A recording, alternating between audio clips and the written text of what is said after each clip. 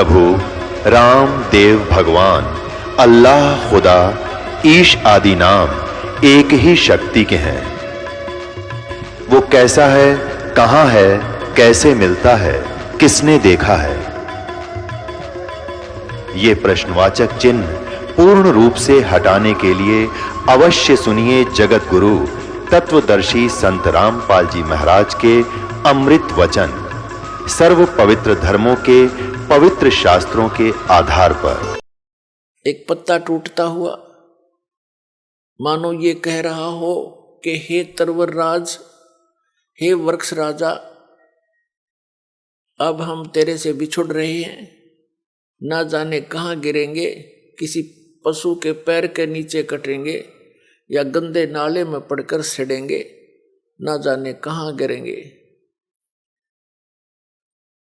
अब तरवर जैसे वृक्ष कह रहा हो उस पत्ते को, तरवर कहता पात से सुनो पात एक बात, यहां की यह रीति है एक आवत एक जात। जैसे पत्ते झड़ गए पतझड़ के दौरान, तुरंत ही छोटी छोटी कोपल फूट आती है उस वृक्ष पे, और 10 दिन 20 दिन महीने के बाद फिर वो हरा भरा हो जाता है। और जो पहले ऐसे ही फूटे थे, पत्ते बन गए थे, एक वर्ष उन्होंने फड़फड़ कर लिया, और एक टूट पीले बन होकर टूट के वो भी अब विनाश को प्राप्त हुए। ऐसे ही वो टूट कर गिरे, छोटे छोटे पत्ते फिर फूट आए कोपल, और वो भी पत्ते बन जाएंगे, एक वर्ष के बाद वो भी ऐसे ही विनाश को प्राप्त हो जाएंगे। तो इस संसार को परमात्मा इस काल के लोक को दर्शाना चाहते हैं, यहाँ की व्यवस्था को कबीर परमेश्वर जी बताना चाहते हैं कि जैसे बच्चे का जन्म हुआ, फिर युवा हुआ, विवाह हो गया, उनके संतान होगी, फिर बच्चों के भी संतान होगी, अपनी मृत्यु निकट आ गई, पोता पोती बच्चे अपना वो कोपल फूट आई, वो बूढ़ा मर जाएगा, बच्चे जवान हो जाएंगे, फिर वो मर जाएंगे, फिर उनके जवान हो जाएंगे। तो परमात्मा यहाँ बताना चाहते हैं कि यहाँ की यह रीति है एक आवत एक जात। अपने आत्माओं जैसे कोई व्यक्ति सारा जीवन अपने परिवार पोषण में, मकान कोठी बनाने में लगा ही देता है सारा, जिसको ये ज्ञान नहीं वो सारा काम में वो करे आजीवन, बस उतने में ही सीमित रहता है। ये तो सत्संग सुनने से पता लगता है कि हमारा मूल कार्य तो कुछ अन्य था। तो ये सत्संग भी बहुत पुण्यकर्मी प्राणी को ही प्राप्त होता है। तो क्या बताते हैं कि वो व्यक्ति जो अपने मकान बनाने में, बच्चों का पालन पोषण करने में और बड़ी उनके बीच में प्यार से रह रहा था, सारा जीवन लगा दिया, और फिर मृत्यु की निकट आ गई, कोई रोग हो गया, असाध्य रोग हो गया, परिवार को भी पता लग गया कि इसकी मृत्यु निश्चित है, और स्वयं को भी ज्ञान हो गया। तो फिर वो रह कर सोचता है, भगवान अब क्या होगा मेरा। तो अन्य लोग व्यक्ति मिलने आते हैं, कुल के व्यक्ति, नाती, तो उसको समझाने की चेष्टा करते हैं, भाई या तो एक दिन सब नहीं जाना है, आपका समय ही इतना था, चिंता ना करना कि तू यहाँ सबके साथ ऐसे ही बनता है। तो कहने का भाव ये है कि ऐसे ही जैसे वो पत्ता टूटता हुआ कह रहा हो, पात जड़नता ये कहे सुन भई तरवर राय, अब के बिछुड़े नहीं मिले, फिर नहीं मिलेंगे, ना जाने कहां गिरेंगे जाए। तरवर कहता पात से सुनो पात एक बात, यहाँ की तो यह रीति है एक आवे एक जात। तो ऐसे स्थान पर आप कितने निर्भय होकर रह रहे हो, और क्या क्या बकवादें करते हो सारे जीवन में, बगैर ज्ञान के कुबद की जाती है। जिस इंसान को ये पता लग गया तेरी मृत्यु निकट है, वो करके दिखाओ नाचा गाई, और करो बकवाद एक करके दिखाओ, उसका मन नहीं मान सकता।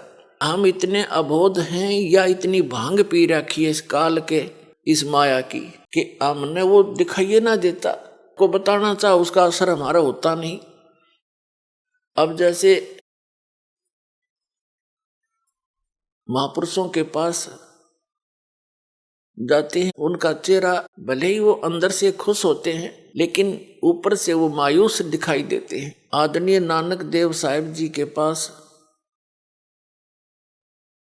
कुछ भक्त गए जाते रहते थे, कुछ नए नए भी जाते हैं, तो वो देखते हैं कि हमने तो साधु संतों के चेहरे बड़े खिले हुए लाल लाल देखे, उनके देखे जो पेट भर थे, ऊपर से दिखे साधु, उनको ज्ञान था ही नहीं। अच्छी खावा काजू किशमिश मेवार पेलन डंड कि 2 किलो पीवे दूध इकट्ठे, उनके तो आपे लाल चेहरे होंगे, वो तो काल के पशु है। और जो संत है उन्हें तो टाइम पास करना मुश्किल हो जाता है, यहाँ पर जब ज्ञान हो जाएगा। तो नए नए भक्त जाते थे, वो पूछते हैं कि महाराज जी आप हमने कभी खुश नजर नहीं आए, आप ऐसे रहते हो जैसे आपका कोई चीज गुम होगी हो, मायूस रहते हैं। तो नानक जी ने कहा कि ना जाने काल की कर डारे और किस विध ढल जा पासावे, और जिन्हां ते सरते मौत खुड़क दी उन्हां नू केड़ा हासा। कहा करते महात्मा कि तुमने ज्ञान कौन बालको, हमें अपनी मौत दिखाई देती है। 1 मिनट में 1 सेकंड में ना जाने काल के बिजली गिर देर किस क्षेत्र में डाल दे। सामने ठीक ठाक सोए थे, उड़ीसा में एक बार साइक्लोन आया था, ये बहुत जबरदस्त। पानी समुद्र का जल हवा के वेग से 30-40 फुट ऊंचा उठकर अरे से चल पड़ता फुल स्पीड से, 200 किलोमीटर प्रति घंटा की स्पीड से, और वो इतना प्रेशर से चलता है जिस क्षेत्र में से गुजरता है उनके मकान मकोन सबको तहस नहस कर, और जो जितने भी उसके अंदर होते हैं सभी पानी में डूबकर मर जाते हैं। उनको कहीं इधर उधर जाने का समय नहीं मिलता। और वो सभी इसी तरह लगे हुए थे जैसे शेष बच्चे भी लग रहे हैं, ये कर दूंगा वो कर दूंगा फलाना कर दूंगा उस पर ऐसे कर दूंगा, ये कोठी बनाऊंगा। जो बनाना था वो प्रारंभ भी नहीं कर पाते, ये करना था जो भक्ति करो परमात्मा ने याद रखो, और समर्थ की शरण में आने से ये आपदाएं भी टला करती हैं।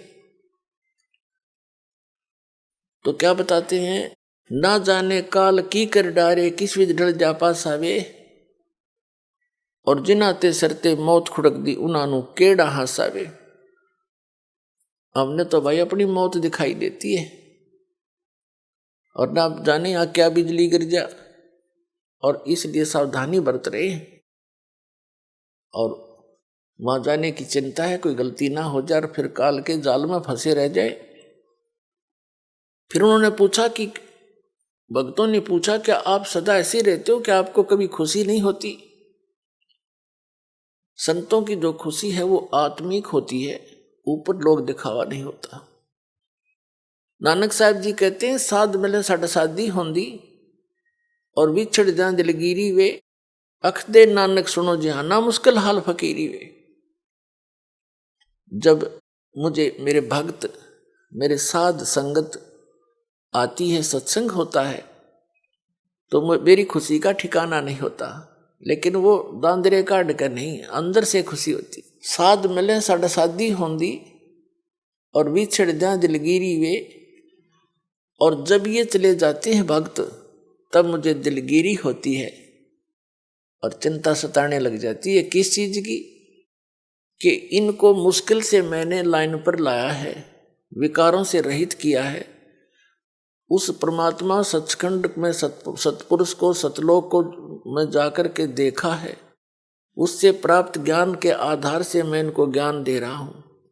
क्योंकि आदरणीय नानक देव साहिब जी पहले हिंदू धर्म में जन्मे थे, श्री राम कृष्ण के कट्टर पुजारी थे, और ब्रजलाल पांडे के पास वो गीता पढ़ा करते थे, उनसे दीक्षा ले रखी थी। जब परमात्मा आए उनको सतलोक लेकर गए सचखंड बेई नदी से, एक साधु रूप में आए थे, जिंदा महात्मा के रूप में, परम अक्षर पुरुष सतपुरुष, और उनको साथ लेकर सतलोक गए सचखंड, फिर वापस छोड़ा था। 3 दिन तक वो अचेत कहीं गुप्त रखे थे, उनका शरीर आत्मा को लेकर गए थे। तो उन्होंने आकर जो भी उस मालिक से वार्ता हुई, जो भी उनका आदेश था कि ऐसे ऐसे इन पुण्यात्माओं को आप भक्ति मार्ग पर लाओ, मेरा ज्ञान बताओ, और इनको केवल इतना ही अभी स्टार्ट करना, जैसे पहली कक्षा के बालक को वो ABCD ही सिखाई जाती हैं, ए आ ईड़ा उड़ा ये सिखाए जाते हैं, इससे आगे वो ग्रहण भी नहीं कर सकता। तो उस समय भगत समाज की ये स्थिति थी कि एकदम एक समाज से हटकर अलग से कोई क्रिया करना कोई बालकों का खेल नहीं होता। पूरा हिंदू समाज विरोधी बन गया, वो पांडे भी विरोधी हो गए, खुद पिता भी कालू राम मेहता जी भी विरोधी हो गए उन नकली गुरुओं के बहकाने सिखाने से कि ये तो ब्रह्मा विष्णु महेश को भी नहीं मानता, ये तो शंकर जी की पूजा भी नहीं मानता, ये तो इससे ऊपर भगवान बताता है, नास्तिक पैदा हो गया। लेकिन उन्होंने परवाह नहीं करी, आंखों देख रहे, कौन माने उनको उतरुओं की बता, फिर जिसने आंखों देखा भगवान को। तो इसलिए वेदों में वर्णित है कि वो सतपुरुष स्वयं आता है यहाँ, अपने अच्छी आत्मा को मिलता जो दृढ़ भक्त होते हैं, तो उसको अपने से परिचित कराता है, उनको उपदेश देता है। तो ये दृढ़ भक्त थे जिनको परमात्मा मिले। सारा समाज एक तरफ था, पूरा हिंदू समाज, और नानक साहिब जी एक तरफ थे, डगमग नहीं हुए। जितना भी मेहनत करी, खूब जगह जगह प्रचार किया, फिर प्रचार किया हुआ जो 10-12 वर्ष प्रचार किया उन्होंने, तो ऐसी बात नहीं कुछ एक व्यक्ति पुण्यात्मा उनके ज्ञान से परिचित हुए, लेकिन बहुत कम। फिर वो एक स्थान पर रहने लगे, अपने घर पर ही 16 वर्ष अपने घर पर रहे, फिर अपना खेती का कार्य भी करते थे और सत्संग भी करते थे। तो भगत जन आने लगे, वहां सत्संग सुनने लगे। नानक साहिब जी कह रहे थे कि भाई इनको मुश्किल से दिशा दी है, और जब ये यहाँ से जाते हैं सत्संग सुनकर, मुझे इनकी चिंता सताने लग जाती है कि कोई काल का दूत इनको फिर से भ्रमित ना कर दे, परमात्मा के बच्चों को फसल में कोई कीड़ा ना लग जा। और जब ये वापस आ जाते हैं एज इट इज अगले सत्संग में, तो मेरी खुशी का ठिकाना नहीं रहता कि मेरी फसल परमात्मा का बाग सुरक्षित है। साध मिले साड़ी शादी होंदी, विछड़ जा दिलगिरी वे, अखदे नानक सुनो जिहाना, मुश्किल हाल फकीरी वे। कि यह भक्ति बड़ी मुश्किल बना दी, क्योंकि सत्य ज्ञान देने वाला एक, मिसगाइड करने वाले अनेक। तो एक उस समय एक की बात को स्वीकार करना हंसी खेल नहीं होता। वहां से जाते ही कोई कुछ कह रहा है, कोई कुछ कह रहा है, वाह भाई वाह, तुम कहां से ले आए कबीर भगवान, तुम कहां से ले आए ये ज्ञान, ये नाम। तो इसलिए रह रहकर सत्संग में आने से दृढ़ हो जाते हैं, प्रमाणों से परिचित हो जाते हैं, तो फिर वो भक्त सॉलिड हो जाते हैं, डगमग नहीं होते। तो हम इसलिए भय नहीं मानते अन्यों को मरते हुए देखकर भी, क्योंकि हमें तत्व ज्ञान नहीं, हम बालक जैसे हैं। 10 बच्चे हों छोटे छोटे और खेल रहे हो, साथ में गड्ढा हो, 10 के 10 गिर जाएंगे उसमें। एक गिर गया, दूसरा भी खेलता खेलता तीसरा भी, क्योंकि उनको पता है नहीं ये मर रहे हैं, तू बच जा। उनकी इतनी बुद्धि काम करती ही नहीं। तो आज जब तक आपको ये तत्व ज्ञान नहीं होगा, आप उस स्थिति के बच्चे हैं। अब इस ज्ञान से आपकी बुद्धि विकसित होगी, फिर डर लगेगा तो उसका समाधान भी होगा। तो इसी प्रकार परमात्मा हमें ये ज्ञान कराना चाहते थे कि तुम इस झूठे सुख को सुख कहे, ये मान रहा बनमोद, ये सकल चबीना काल का, कुछ मुख में कुछ गोद। ये झूठे सुख को सुख मान बैठे तुमने सुख का तो आभास भी नहीं है। चाहे सारी पृथ्वी का प्रधानमंत्री बन जाए, सारी पृथ्वी का राष्ट्रपति राजा बन जाए, और उसको भी सुख नहीं हो सकता। सुख है ही नहीं यहाँ पर। हमने देख लिया उसको, राजा है, मंत्री है, मुख्यमंत्री है, झंडी वाली कार है, और बड़ी इसके बड़ी शोभा है इस व्यक्ति की। उसके अंदर झांक कर देखो 36 टेंशन लिए फिरता है सारा दिन। सुख है उसको? या सुख है ही नहीं। सुख होगा कैसे? नमक के बोरे में और बूरा का, खांड का, चीनी का टेस्ट कोई खोज रहा है तो खोजता रहे, उसमें है ही नहीं वो टेस्ट। तो सतलोक तो बूरा का बोरा समझ लो, और ये काल का लोक मिलता जुलता उसी के उस वैसा ही है, डुप्लीकेट कॉपी कर रखी है।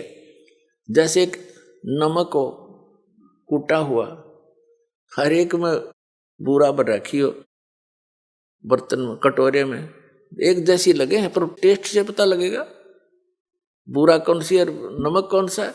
तो ये ऐसा है, ये तो नमक है, हम इसको बूरा मान रहे हैं। कहते हैं बूरा जान चाटत है रेही। यहाँ के जितने भी सुख हैं स्वर्ग महास्वर्ग तक के, ये तो रेही चाटना है। रेही माने जैसे जिस जमीन के ऊपर सफेद सफेद फफूंदी सी हो जाती है उसको रेही बोलते हैं हमारी देसी लैंग्वेज में। तो उसका टेस्ट जीभ पर के देखो, नमक से ही बुरा। तो परमात्मा कहते हैं और बुरा चख के देखो, फिर बुरा जान चाटत है रेही। ये इस सुख को सुख मान रहे हैं, ये तो उस परमात्मा सतलोक के सुख के तुलना में बुरा और रेही यानी नमक समझो, इतना अंतर है। तो क्या बताते हैं परमात्मा कि तुम्हें अब बालक हो डर नहीं लगता मृत्यु से। तुम ये सोच रहे हो नहीं, आदमी 100 वर्ष तो जीवित रहता ही है व्यक्ति, और जो यही आशा लेकर जी रहा था 20 वर्ष का मर गया, कोई 30 का मर गया, कोई 5 वर्ष का मर गया, उसको तो हम इत्तेफाक मानते हैं। तो वो इत्तेफाक क्या आप पर लागू नहीं हो सकता? वहां बुद्धि काम करती नहीं, क्योंकि हम अबोध बालक हैं। तो उसके लिए इस ज्ञान की आवश्यकता पड़ती है। फिर आपकी रुचि न्यारी बनेगी समाज से, और आपका रह रहकर सत्संग माने को दिल करेगा।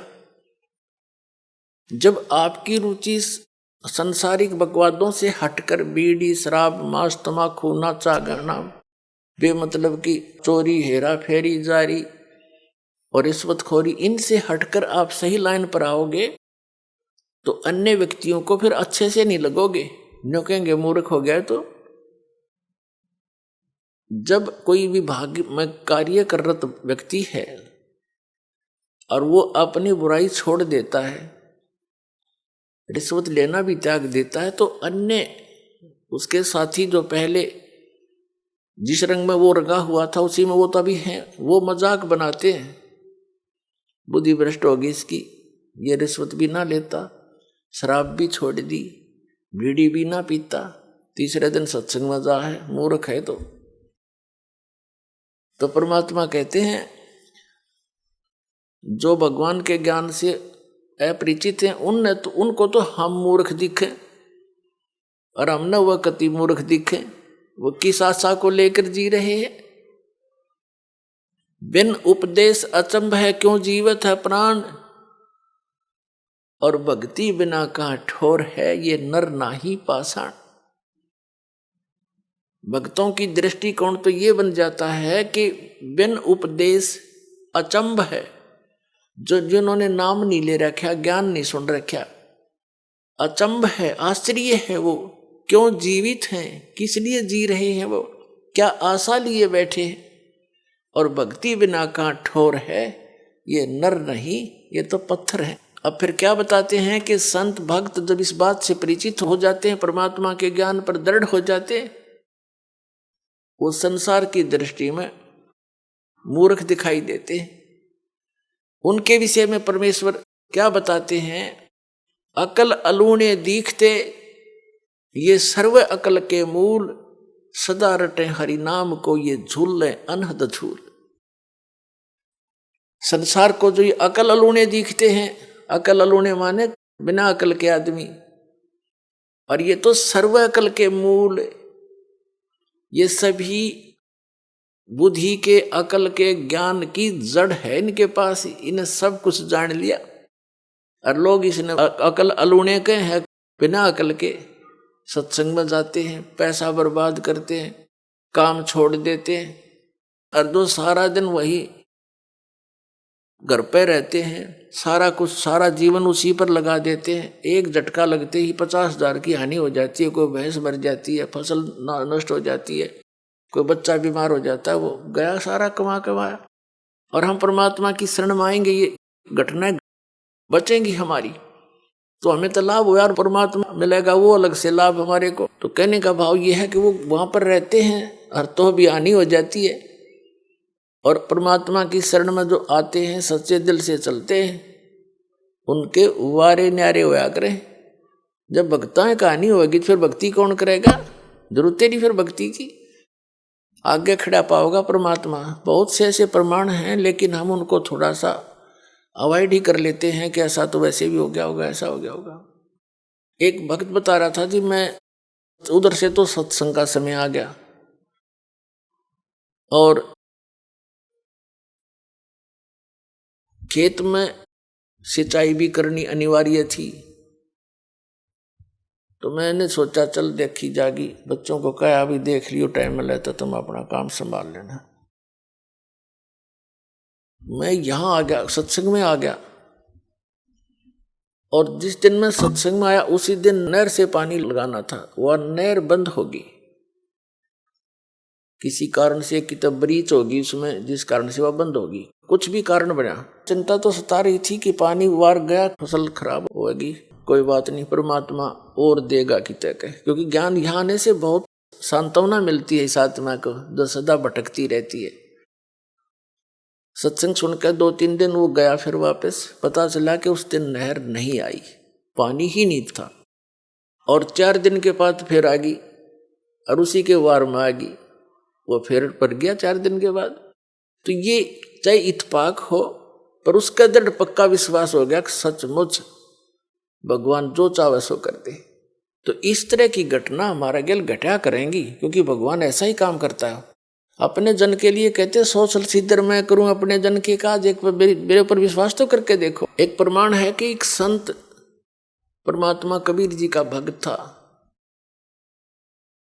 और परिवार बड़ा हो गया, उसमें सेटिंग हुई नहीं उस समय, क्योंकि और लोग मानते नहीं थे, वो केरला हिमालय का बच्चा था, घर में भक्ति बन नहीं पा रही थी। उसने जाके एक एकांत स्थान पर, वहां जल का देखकर व्यवस्था सी,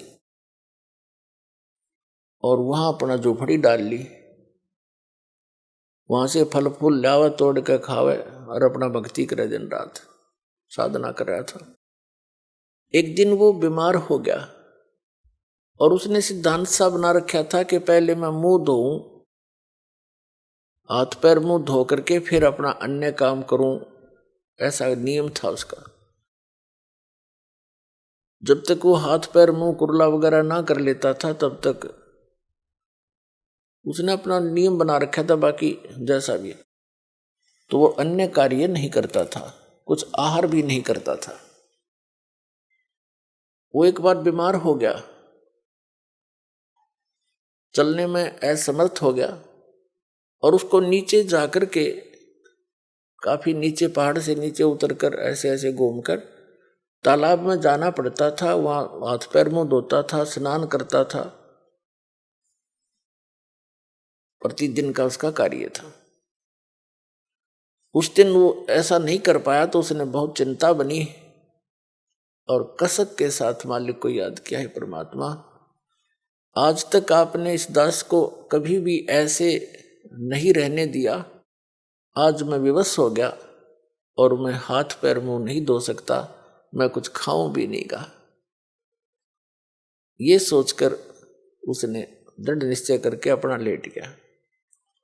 1 दिन बीता, 2 दिन बीता, 3 दिन, तीसरे दिन देखा परमात्मा ने कि शायद ये अट्ठी आदमी पर भगत सच्चा है, बाकी इस तरह की आंट लानी नहीं चाहिए भगत ने। फिर भी क्या किया मालिक ने, इतनी वर्षा कर दी,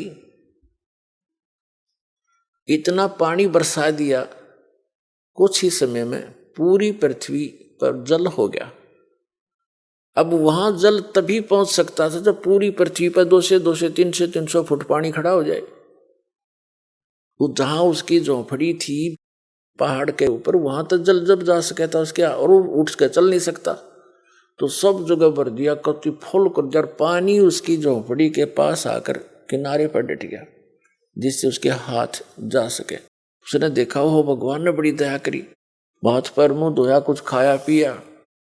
खाने पीने के बाद उसकी चेतना ठीक हुई, उसने देखा सारा जल ही जल। बोले फिर वो रोने लग गया दूसरी तरफ से, भगवान मुझ नीच के कारण सारी दुनिया मर गई, हे परमात्मा मैं पाप का भागी बन गया दाता, अब मुझे जिया नहीं जाएगा, ये पाप देखा नहीं जाएगा। फिर वो दूसरी तरफ से रोने लग गया। 2 सेकंड के बाद परमात्मा ने क्या कर दिया, एज इट इज, जो जहां भी काम कर रहा था, जैसे परिवार था न्यू का न्यू, और पानी के आसपास की तो निशान भी नहीं, और वो छक्या बैठा।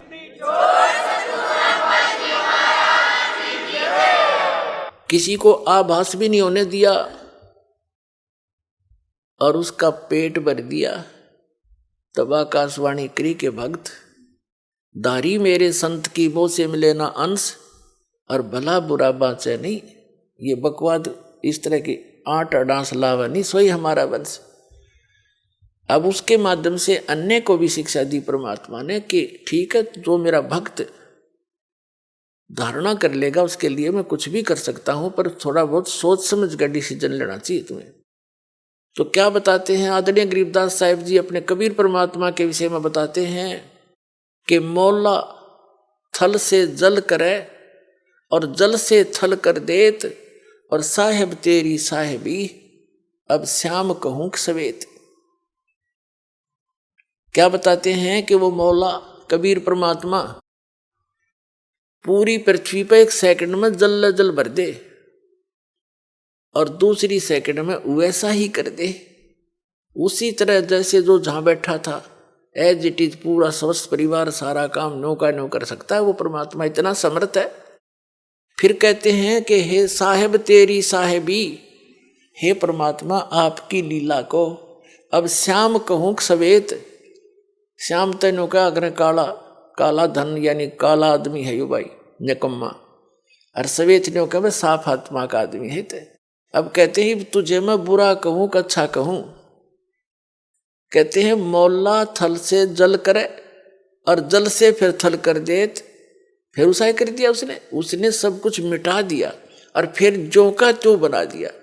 नो कहे साहेब तेरी साहेबी, हे परमात्मा तेरी लीला ने इब काली कहूं सफेद, तने बुरा बताऊं का अच्छा।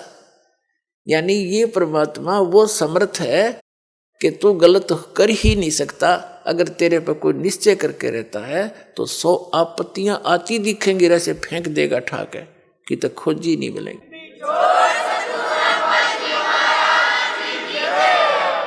तो परमात्मा याद दिलाते हैं कि अकल अलूने दिखते, ये भक्त दुनिया नहीं से दिखे बॉलीवुड से पागल से, तीसरे दिन दर थैला ठा गए बरवाला में के दर रखे ने, और कहते हैं अकल अलूने दिखते ये सर्व अकल के मूल। ये तो सब ज्ञानों की जड़ है, सब बुद्धिमानों के बुद्धिमान है, इनके जड़ है इनके पास बुद्धिमता की। और सदा रटे हरि नाम नहीं ये झूले अनंत झूल। ये तो निश्चित तो कर रहे हैं परमात्मा की भक्ति कर रहे हैं, और 2 रोटी दाता ने देनी है भाई। प्रथम तो हम भूल चुके हैं कि जो किस्मत में वही मिलेगा।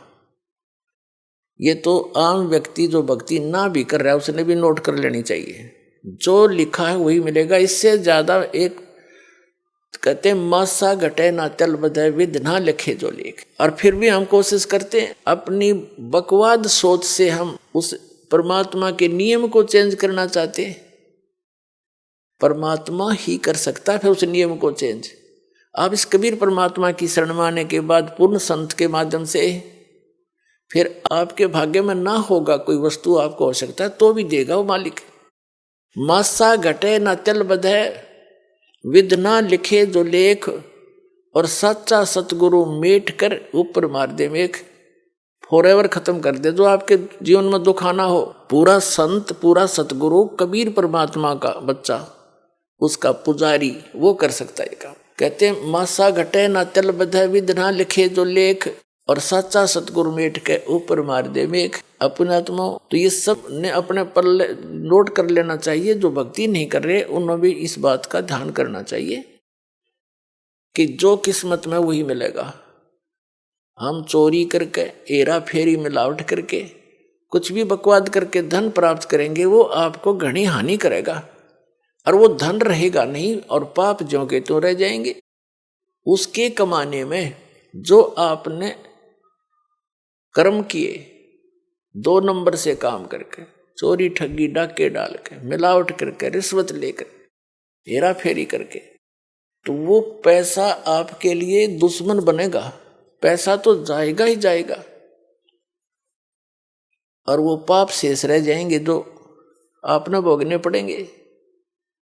ऐसे बहुत से प्रमाण है। और हम अपनी सोच से और परमात्मा के विधान चेंज करना चाहते हैं तो महामूर्ख है हम। परमात्मा का विधान परमात्मा के तरीके से होगा, उसको बदलाव भी करना वही करेगा। उसने तरीका बता दिया है कि परम संत की शरण में आकर के सतभक्ति करने वाले के फिर सभी पाप, प्रारब्ध के पाप कर्म भी नाश हो जाया करते हैं। अब कोई कहता है कि प्रारब्ध में जो लिखा है वो तो आपने भोगना ही पड़ेगा। बिल्कुल ठीक है, जब तक आप उस संत और उस परमात्मा की शरण ग्रहण नहीं लेते जो इन पाप कर्मों का नाश करने में सक्षम है, तब तक तो आपने ऐसे ही होगा, जैसा कर्म किया वैसा ही भोगना पड़ेगा। अब जैसे हम भक्ति किस लिए करते हैं, आपत्ति आई उसके निवारण के लिए चलते हैं कि निवारण हो इसका, और किसके पास जाते हैं, साधु संतों के पास जाते हैं, तो वो फिर तरीके भी बताते हैं, ऐसे होने से ऐसे हो जाएगा। जब नहीं होता है तो कह देते हैं कि तेरे भाग्य में है भाई, तो भोगना ही पड़ेगा।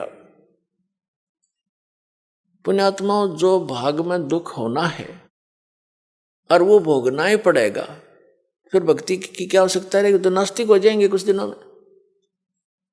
एक व्यक्ति कह रहा था, एक भक्त था, हमारे गुरुदेव का भक्त था,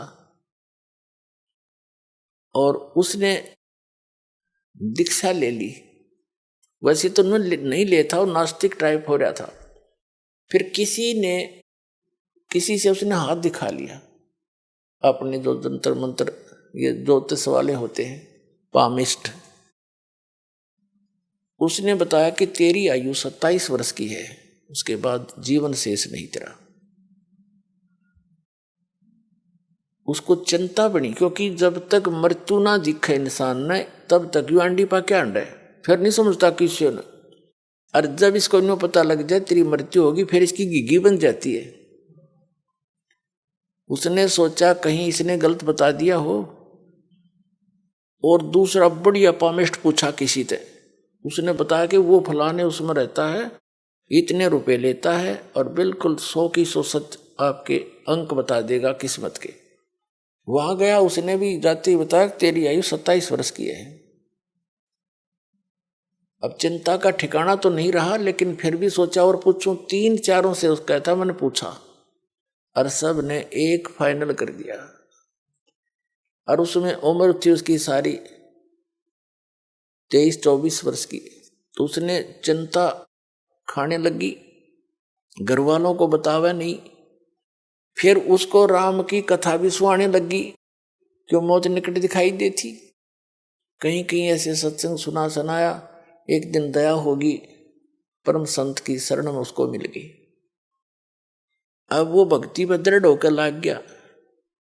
घर वाले कहें तेरा बीमारी क्या है, वो कहे मैं ठीक हूं, कोई दिक्कत नहीं है। ना ढंग से खावे, ना उठ पैर, ना घनासा बैठ के किसी से बात करे, ना हंसे। तो उन्होंने सोची भाई, फिर उसकी शादी कहने लगे, शादी करते हैं तेरी। बोला मैं शादी ना कराता, विवाह भी नहीं कराया उसने। इस चिंता में 27 साल की उम्र में मैं मर लूंगा, बालकन कौन पालेगा। अब वो 27 साल का हो गया, और जब 27वां वर्ष आया तब तो उसकी कति और 2 रोटी खाओ था एक रहेगी, और लेकिन भक्ति में ठीक लगा रहा। अब जब देखा उसने 27वां वर्ष पूरा हो गया, यानी दिसंबर का 31 तारीख आई, तब उसने सोची भाई चलो, उसकी अपनी जो डेट ऑफ बर्थ थी उसके हिसाब से जो डेट था उसने फिक्स करके उसने सोचा 1-2 दिन आगे पाछा हो जाया करे, बात तो लग रही है तो आ लिया टाइम। 1 दिन गया, 2 दिन गया, 3 दिन गया, चौथा दिन भी इंतजार करी, 5 दिन हो गए, 10 दिन हो गए, 15 दिन हो गए। उसने सोचा आज फिर दिखा लूं। वो फिर गया उन पामिस्टों के पास जो सबसे बढ़िया वाला था। उसने नो ना बताई कि आपने पहले नो बता रखी थी, कभी फिर वाई बता दे। उसने जाकर देखा, जी मेरी कितनी उम्र है? उसने बताया भाई तेरी उम्र तो 70 साल की है। मेरी उम्र 70 साल की? उसके बाद जच्ची ना कहते इसने तो का मार दिया, इसने पता तो है कि तो मरण हो रहा है। उसने फिर दूसरे को दिखाई, उसको दिखाई, उसने भी बताया कि भाई 70 वर्ष जीवेगा तो बच्चा, तेरी उम्र 70 वर्ष की है। वापस आया, गुरुजी के चरणों में पड़कर बुरी तरह रोए नो कहे भगवान जिसे सुने थे उसे पाए तुम ता कबीर भगवान, मेरी उम्र 27 वर्ष की थी, खड़ा होकर रो और बतावे। 27 साल के बाद उसने ब्याह करवाया और ईबते जीव है वो।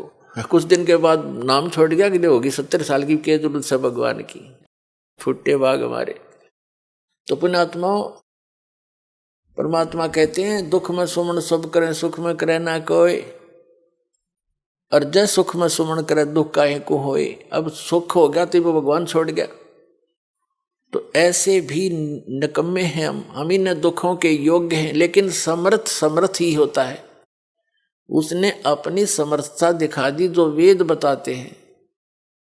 ऋग्वेद मंडल नंबर 10 सूक्त नंबर 161 के मंत्र नंबर 2 में लिखा है कि यदि कोई रोगी हो, उसका रोग अक्षमता से भी आगे पहुंच गया हो और उसकी मृत्यु भी हो जाए, तो भी परमात्मा अपने भगत की 100 वर्ष की आयु यानी आयु बढ़ा सकता है, और मरने के उपरांत जहां भी कहीं गया हो वहां से वापस ला करके उसको पुनर्जीवन दे सकता है, उसी बॉडी में प्रवेश कर सकता। तो वो परमात्मा ये कबीर जी हैं।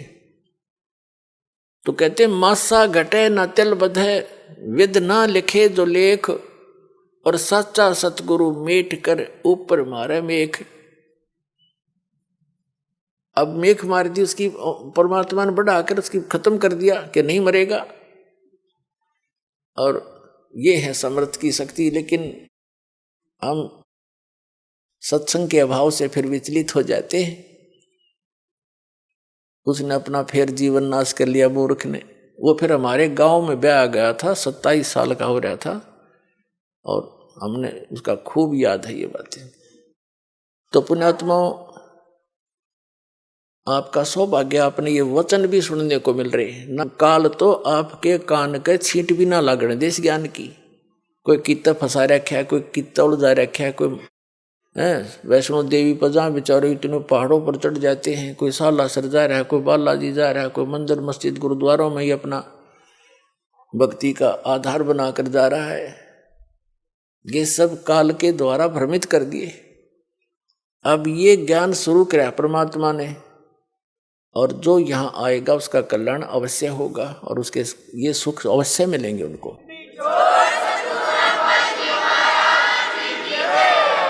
जैसे प्रसंग चल रहा था कि सबको मालूम है, ये तो सभी मानते हैं कि भाई बुरे का फल बुरा ही होता है, लेकिन डर निकल गया हमारा। डर कब निकलता? जब हमें ज्ञान नहीं रहता। अब हम अपनी मर्जी से, अपने व्यवस्था से भगवान के विधान को त्याग कर स्वयं अपने कर्म के लेख को चेंज करना चाहें, कभी नहीं हो सकता। जिस समय कंस ने अपनी बहन देवकी का विवाह श्री वासुदेव जी से किया, श्री कृष्ण जी के माता पिता थे वो, और कंस उनका मामा था, तो उसने बड़े प्यार से अपनी बहन का विवाह किया। और उसको सी ऑफ करने के लिए अपनी नगरी की सीमा तक छोड़कर आते थे। स्वयं रथ को चला रहा था और दोनों उसके बहनोई और बहन रथ के पीछे बैठे थे। रास्ते में आकाशवाणी होगी कि तेरे मारने वाला कंस तेरी बहन की कोख से पैदा होगा, उसका 8वां पुत्र तेरी मृत्यु का कारण बनेगा। अब देख अकल की कमी है। एक तरफ तो कंस ने वह आकाशवाणी साची मान ली कि 8वां पुत्र होगा तेरी बहन का, वो तेरी मौत उसके हाथों है।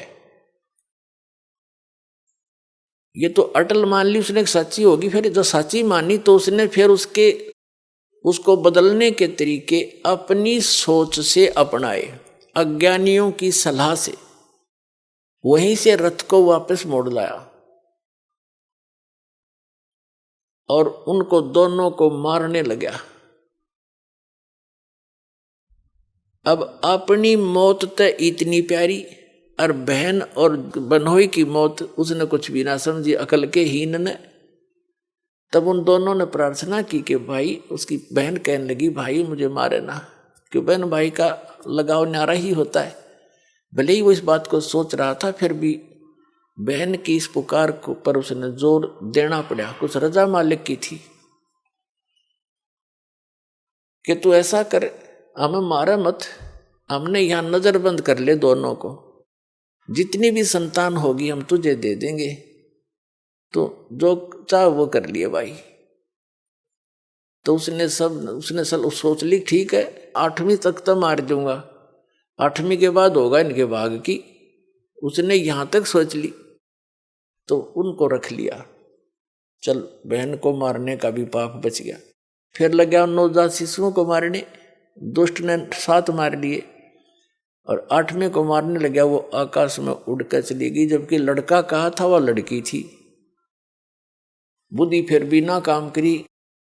तो कहने का भाव यह है कि उसने अपने स्तर से अपनी किस्मत को चेंज करने के लिए, आयु बढ़ाने के लिए सारे यत्न कर लिए, और वो की वो हुई जो आकाशवाणी ने कहा था।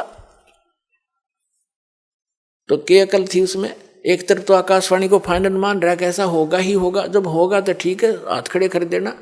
अगर मैं दुष्ट हूं, मुझे शायद मैंने भी कभी उस बच्चे को मारा होगा, आज अपना बदला ले लेगा, 8वीं संतान कौन सी आज हो जाएगी, तो इस करके जी लेना चाहिए था। और वो मर्या भी और पाप और इकट्ठे कर लिए। जब उसको ये पता चला ना कि आकाशवाणी फेर होगी, काल के तो ये काम है, पाप का घड़ा भरुआ है वो। जब श्री कृष्ण जी का जन्म हुआ जेल में, और उसे लेकर उसका पिता दूसरे स्थान पर अपने मित्र के यहाँ छोड़ आया, वहां से नवजात उत्पन्न लड़की को वापस लाकर वहां रख दिया। तब आकाशवाणी हुई कि तेरे मारने वाला पैदा हो चुका है, लेकिन जेल से बाहर। अब उसने सोचा भी आसपास के नगर के जितने भी उसके राज्य में नवजात शिशु थे, 1 दिन का, 2 दिन का, 10 दिन का, महीने के, 6 महीने के, साल के, 2 वर्ष के, 5 वर्ष तक के बालकों को सबको मरवा दिया दुष्ट ने, एक अपनी जान बचाने के लिए। ये है अकल के कमजोर, अकलहीन, ये है अकल लूने। पाप का घड़ा भर लिया और मर के मान्या, मृत्यु हुई जो कि तो जो बोला गया था। तो जब तक हम इसका समाधान, जैसे कोई धनी बनने के लिए, जब तक इसका अपने किस्मत को बदलने का समाधान हम अपने तरीके से अपनाएंगे, वो हानि ही हानि होगी, लाभ नहीं हो सकता। और उसके चेंज करने की विधि बता रखी है कि मासा घटे न तिल बधाए, विध ना लिखे जो लेख, और साचा सतगुरु मेट के ऊपर मार दे मेघ। परम संत की शरण में, कबीर परमात्मा के बच्चे की शरण में आने के बाद फिर ये प्रारब्ध कर्म वो बदल सकता है, सारे इतिहास चेंज कर सकता है। वो समर्थ है। समर्थ किसे कहते हैं? फिर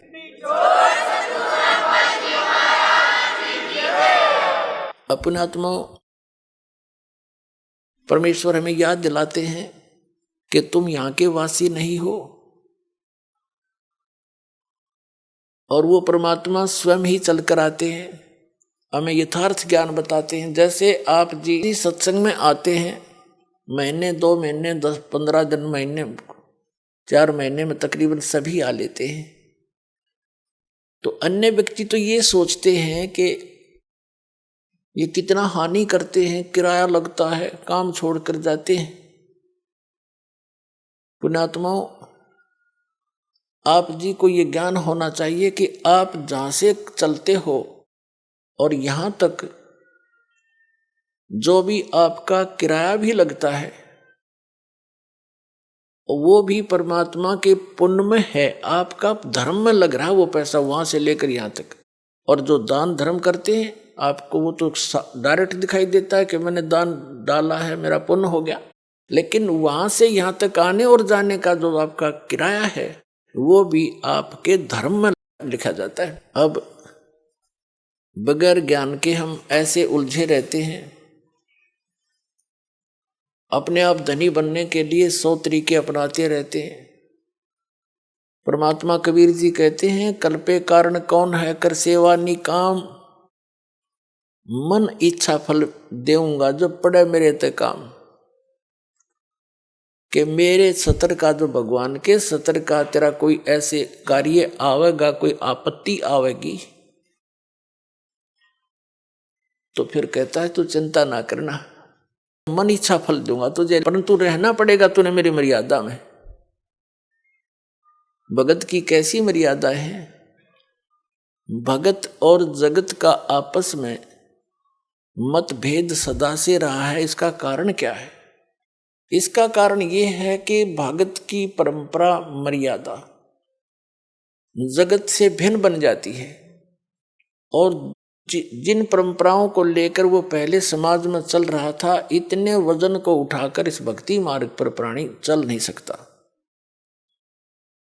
जैसे कोई यात्री है, यात्रा कर रहा है, वो पहले ही सोच लेता है आवश्यक वस्तुएं ही लेकर साथ चलूं, अधिक गठड़ी उठाने सफर नहीं कर पाऊंगा, उसको अंडरस्टूड होता है, तो वो ज्यादा नहीं बांधता, एक थैला छोटा सा काख में टांगा, आवश्यक वस्तु डाली और सफर पर चल पड़ता है।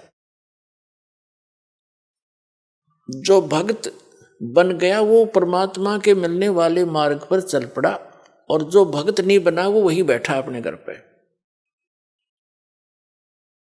वो उस वस्तु को प्राप्त नहीं कर सकता। तो उसकी मर्यादाएं कुछ अन्य हैं, उनसे हटकर हम अपने सीमित करके इस सफर पर चल सकते हैं। आइए अब हम उन श्रद्धालुओं के अनुभव जानते हैं जो जगत गुरु तत्वदर्शी संत रामपाल जी महाराज जी से दीक्षा प्राप्त कर चुके हैं तथा उनके द्वारा बताए गए भक्ति मार्ग पर चल रहे हैं। सर नमस्कार। नमस्कार सर। सर क्या नाम है आपका? सर मेरा नाम कमल कुमार है। कमल कुमार जी, कहाँ से आए हैं आप?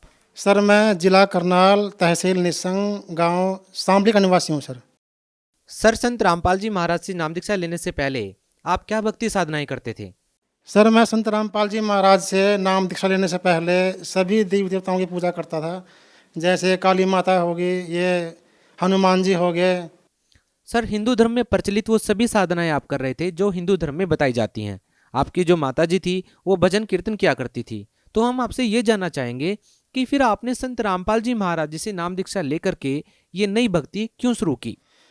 सर मैं थोड़ा विस्तार से बताना चाहूँगा। सर मैं 2011 में मेरी शादी हुई, तो सर 2000 शादी होने के बाद 1 साल बाद मेरी घरवाली बीमारी होना शुरू हो गई। उसको सर ये नहीं पता लगा किसी डॉक्टर को भाई इसका बीमारी क्या है, कभी सिर में दर्द, कभी पेट में दर्द। सर उसका हॉस्पिटलों में हम जाते थे उसको ले के रात के 1 बजे 2 बजे गाड़ी में बैठा के, तो भगत जी घर की स्थितियां भी ऐसी बिल्कुल खराब हो गई। घर के हालात सर ऐसे हो गए हम बता नहीं सकते। सर जैसा कि आपने बताया कि आपकी पत्नी बहुत ज़्यादा बीमार रहती थी, तो हम आपसे ये जानना चाहेंगे कि आपको इतनी सारी समस्याओं से, इतनी सारी परेशानियों से कैसे निजात मिली? सर एक संत रामपाल जी महाराज का भगत मिला जी मुझे, वो हमारे गांव से 10 किलोमीटर दूर है उसका, वो जो अमूपर गांव से है। तो सर वो मेरा काम लकड़ी का है, तो सर वो मेरे दुकान पे आया किसी कारणवश कोई काम के लिए। तो सर उसने संत रामपाल जी महाराज के बारे में थोड़ी बात चलाई। सर उसने संत रामपाल जी महाराज के भगत जी ने मुझसे पूछा कि आप इतना आपके पास रोजगार भी है, तो आप अपने घर के मिस्त्री भी हो, आप खुद काम करते हो, तो जी उसने ये पूछा कि आप इतनी गरीबी में कैसे पड़े हो। तो सर उसकी ये बातें सुनकर तो सर मेरी आंखों से आंसू आ गए। मैंने उसको बताया, सर यार मैं बहुत दुखी रहता हूँ, मेरी घरवाली जो है वो उसका इलाज कहीं से हो ही नहीं पा रहा।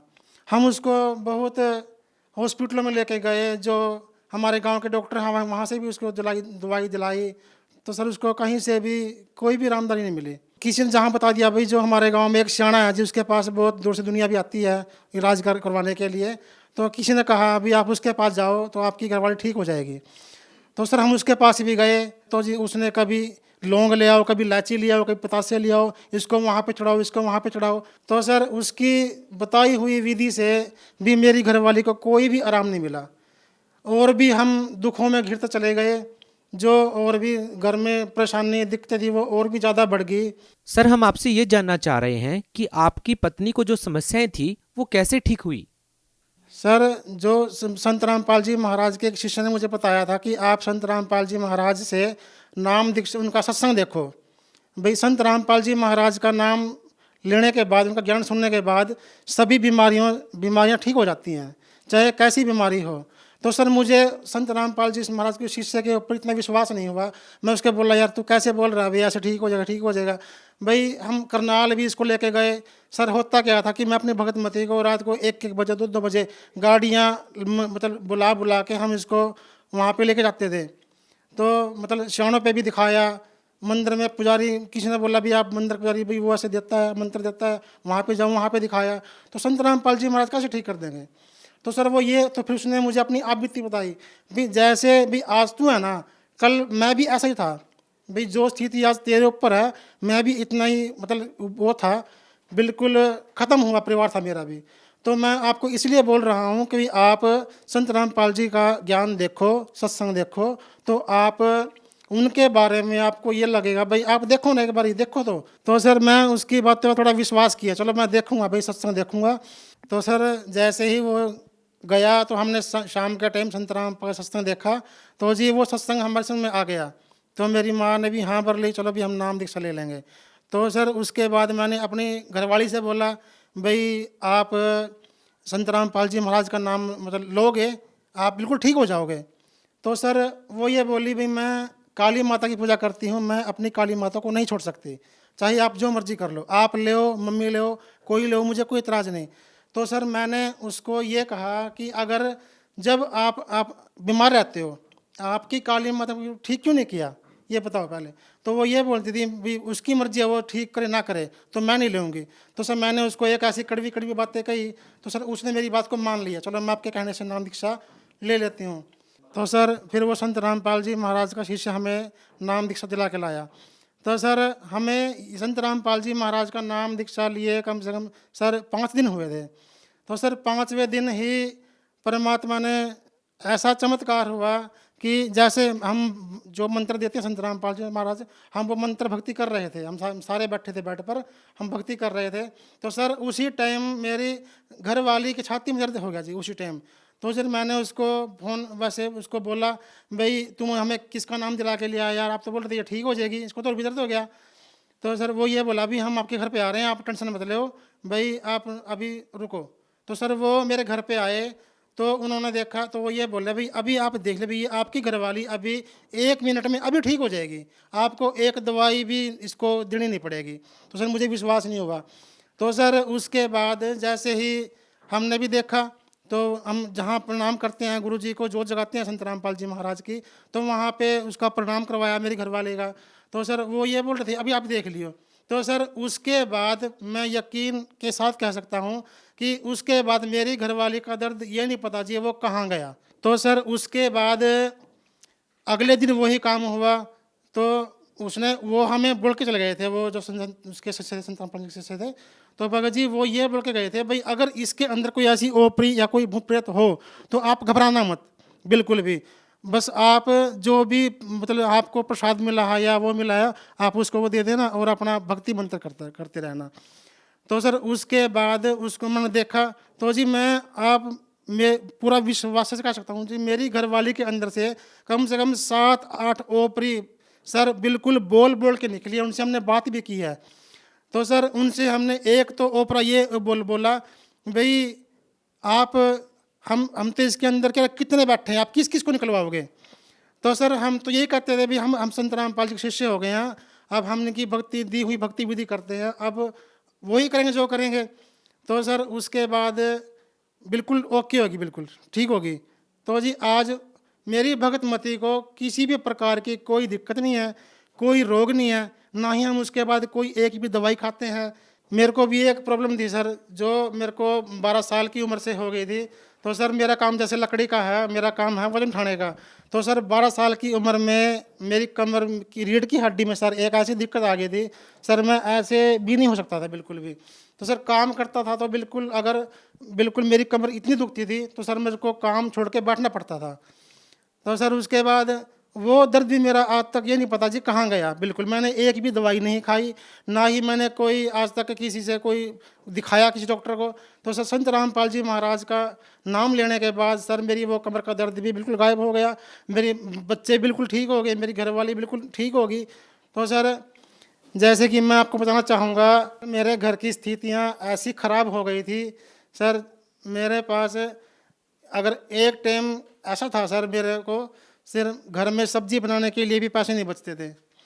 तो सर बिल्कुल घर की स्थितियाँ हालत इतनी ख़राब हो चुकी थी सर, मैं बता नहीं सकता। तो सर उसके बाद अब जैसे ही हमने संत रामपाल जी महाराज से नाम दीक्षा ली तो सर हमारे घर की स्थितियाँ भी बिल्कुल ठीक होने लगी।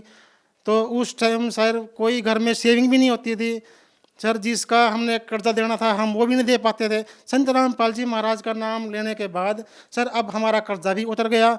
और सर मैं आपको एक बात और बताना चाहूँगा सर, हमारे पास रहने के लिए बस एक ही कमरा था और वो भी बरसात के मौसम में कभी यहाँ से टपकता था कभी वहाँ से टपकता था।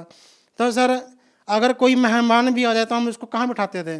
तो आज संत रामपाल जी महाराज की कृपा से आज गुरु जी ने मेरा 2 मंजिली मकान बना दिया सर।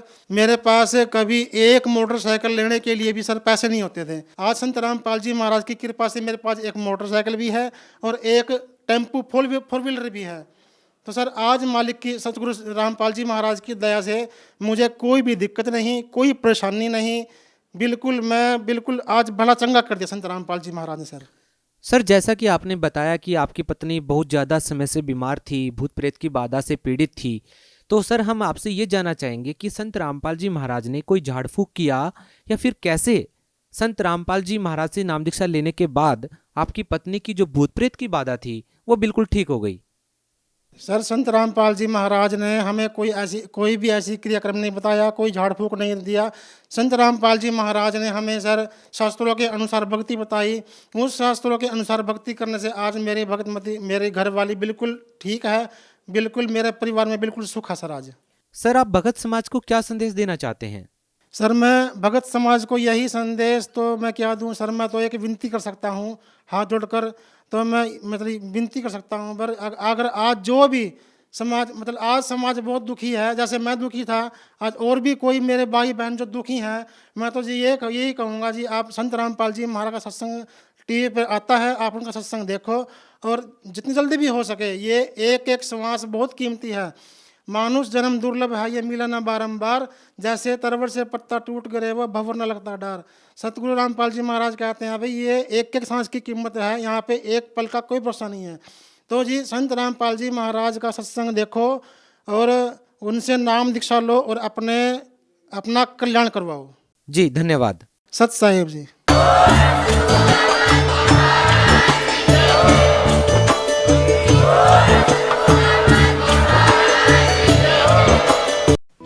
आप सुन रहे थे जगत गुरु तत्वदर्शी संत रामपाल जी महाराज के मंगल प्रवचन। अधिक जानकारी के लिए संपर्क करें